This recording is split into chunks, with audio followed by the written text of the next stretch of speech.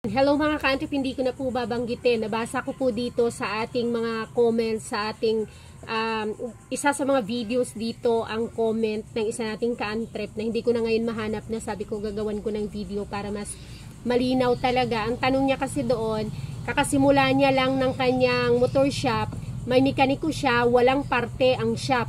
Lahat ng kita sa shop ay binibigay niya sa mekaniko at kailangan pa daw bang bigyan ng 20% ang mekaniko sa kanyang sales? What? Nagulat ako doon. It's a big no po. Number 1 po, bigyan ko po kayo ng punto. Doon po sa part na walang parte ang shop po ninyo sa kinikita or kikitain ng inyong shop. Tandaan po natin palagi na ang store, ito po store. Darating po ang time na kapag kayo po ay medyo lumaki na, makita ng munisipyo na kayo ay may mga customers na, ioobliga po kayo na kukunan ng sariling business permit ang shop. So, isang establishment, kagaya po nitong sa amin, isang establishment, tindahan ito, kung may mga magpapagawa, may mekaniko kami nandyan ng sa harapan, isang bubong, sa harapan lang nito mismo. Pero may separate business na po, business permit na po ang aming shop. May sariling DTI po yan. Bakit? Dahil nakita na po ng munisipyo na kumbaga, may mga customers na consider na siya as separate business na galing dito sa store dahil marami nang may kinikita na. So, sa una po yan, hindi nyo po mararamdaman yan at hindi po kayo yan iuobliga ng munisipyo po ninyo. Dahil makikita naman nila na maliit pa lang store nyo, maliit pa lang ang mga customers nyo, konti pa lang, so hindi pa kayo obligahin. Pero, bilang kayo ng 2-3 taon, pag nakikita nila na kumbaga umuusad or nag-growth na kayo, ay i-demand na po nila kayo or i-oblige na po nila kayo, obligahin na kayo ng separate business permit. So, separate business po dapat ang shop. Separate din itong store. So, dapat lang na may sarili siyang kita. Paano siya makukonsider na business kung wala siyang sariling kita? Kung ang lahat ng kita ng shop ay ibibigay nyo sa mekaniko. Okay, puntuhan po natin. Ang mekaniko po ba ang magpo-provide ng lahat ng tools para sa inyong shop? Kung siya, okay, consider na wala po kayong parte sa shop. Wala kayong 20% man, 30% man, 10% o 40%, wala kayong parte dahil sa kanya nga lahat ng tools. Second, kuryente siya din ang magpo-provide or magbibigay siya, di ba, ng pang-kuryente sa inyo or pakakabitan nyo siya ng extension niya na sarili niyang ano ba tawag doon? Yung may reading na sarili niya. Okay, okay yon. Next, ang last, kaya bang i-provide ng mekaniko mo yung kaya mo po na i-provide sa shop mo pagdating ng panahon na kayo ay na gusto mo nang makaserve ng mas marami at mas better sa inyong mga customer? Number 1 dyan, tubeless machine. Kaya bang i-provide ng mekaniko mo po pagdating ng panahon after 2 years, 3 years, ang tubeless machine para sa mas magandang serbisyo ninyo sa inyong mga customers? Dahil po ang tubeless machine ay importante po dahil napakarami na pong mga motor ngayon na di tubeless na pong ginagamit. Mga scooters na yan, mga naka-tubeless po yan, mga sniper, mga raider, mga naka-tubeless po yan. Kaya bang i-provide yun? Ngayon kung magdidemand ka na dapat may tubeless machine kayo, paano mo i-demand ngayon yun sa iyong mekaniko? How much is the tubeless machine? Pinakamura 50,000 yung mga maliliit kasi yung sa amin nasa kulang-kulang 82,000, 81,000 plus yan siya. Yung aming tubeless machine. Kaya niya bang i-provide?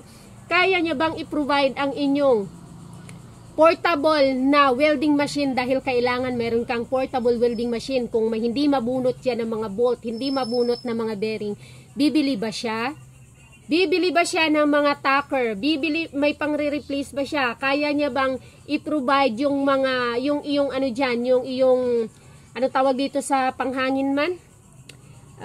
Compressor, kaya niya bang mag-provide ngayon kung may maliit siyang compressor, kaya niya bang i-provide ng mas malaking compressor pagdating ng lampas 1 taon or kung mas marami na kayong customer?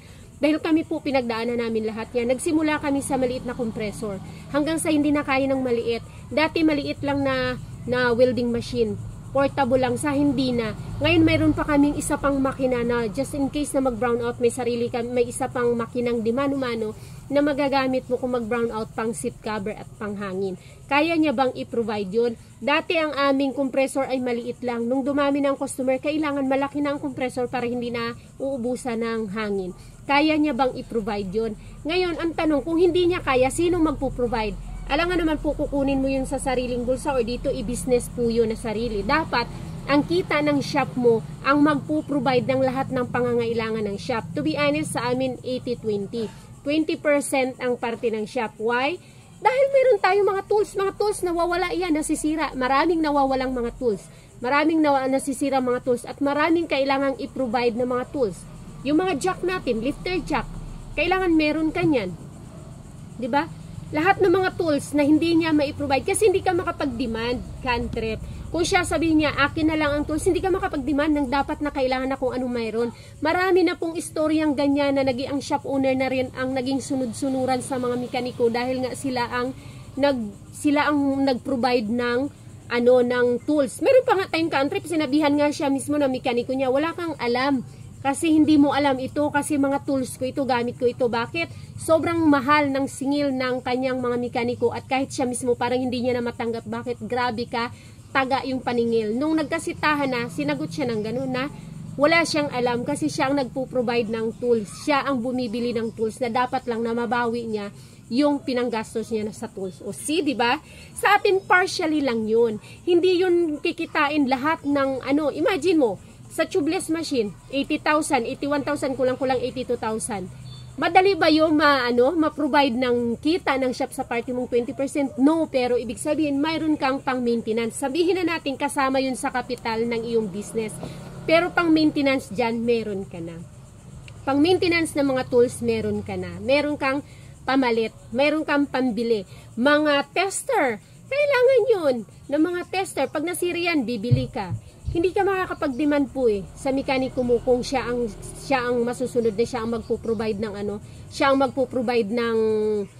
ang magpo-provide ng mga tools. Dapat tayo. Ngayon, pangalawang punto po mga Cantrip, kapag lumipas sa 1 taon, 2 taon, pag iubliga na po kayo ng munisipyo na kumuha ng sariling permit yung shop nyo. Kasi nakikita nila na maraming customer, maraming nagpapagawa. Paano ngayon yung mga business, business taxes mo, sinong magbabayad? Ikaw? Ikaw po ba ang magbabayad? Isi-shoulder ng store mo? I-separate business yun. Dapat ang magbabayad ng kanyang mga taxes obligation ay ang kita niya, which is yung parte mo nga po. Ang kita natin sa shop is yun yung pambayad natin sa mga taxes obligation. DTI, business permit renewal, Sapphire, basta yun, lahat ng yun. Kung tutusin tayo nga nag-shoulder ng tax ng mga mekaniko kasi tayo nagbabayad ng lahat nun. So kung walang kita yun, so shoulder mo dun, lugi ka doon. Lugi yun. So parang hindi na rin siya separate business. 'Di ba? Na hindi siya kumikita. Lugi ang tawag doon. Pangatlo, doon ako na alarma sa 20%. What? 20% mo po kayong pabayad doon sa 20%. Alam niyo bang ang laki-laki ng 20% para hingiin niya? Grabe naman yun. Ngayon lang ako nakarinig ng ganun, mga ka-antrip. Ngayon lang ako nakarinig na wala nang parte ang shop owner sa labor. May mga nag-away, marami na po mga nag-away na shop owner at mekaniko sa ganyang sistema, mga ka-antrip. Can you imagine? Can you imagine, mga ka-antrip? Kung may kita ka, may gross kang 10,000 a day. So, magkano ang ininet mo doon? Tapos kukunan pa ng 20%? Huwag ka pong pumayag. Diyos ko Lord, grabe naman yung mekaniko na yun. May mukha at may may guts na sabihin or itanong sa inyo yun or i-open up sa inyo yun. Mayroong nag-apply dito yan sa akin na mekaniko before. Sabi ko, hindi. Hindi pwede. Bakit siya, yung ba tawag dito? Kapartner? Kasama mo siya na namuhunan? Wala nga actually silang puhunan. Skills at talent ang meron sila, yes. At it's a partnership with the shop owner. Pero ikaw yung mamumroblema sa utang, ikaw yung nangutang, hindi naman sila mag-a-apply, wala naman sila dyan kung hindi ka namuhunan, kung hindi ka nag-ipon ng dugot pawis mo para makapag-ipon para makapagsimula ng shop. Wala din silang applyan, diba? So consider naman, konsiderasyon din. Bakit naman ganun? Bakit magdidemand or manghihingi ng 20%?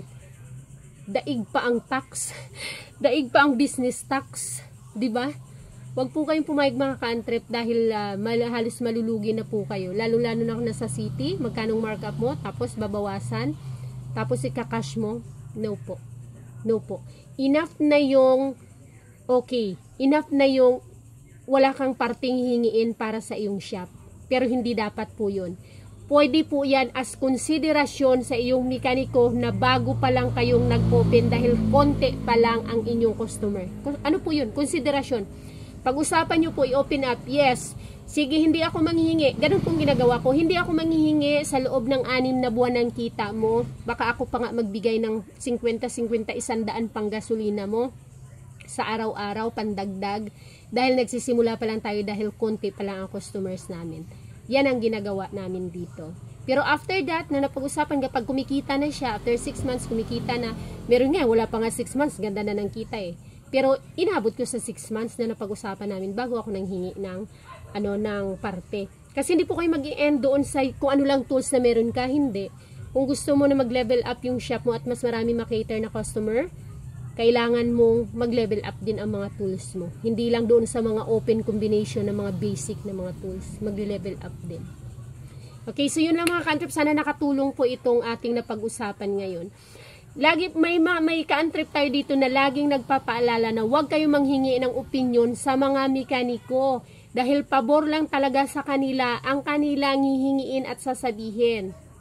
At kalaban nila tayo niyan, kalaban ng mga mekaniko, mga shop owner, yung mga gahaman ng mga mekaniko ha, na pinagbibintangan tayo, naghahaman tayo, gahaman tayo ang namuhunan, tayo ang nagnegosyo. Hindi ganon. Sa amin 20 ang parte ng shop, 20%, di ba? Maano ba yun? Gahaman ba yun? So 120, di ba? Provided mo lahat ng mga tools dyan para mas mapadali din ang trabaho nila. At mas dumami din ang customers nila, natin. It's a partnership, walang competition. So yun lang mga ka-antrep, thank you so much. See you in my next video. Sana ito ay nakatulong. Bye-bye.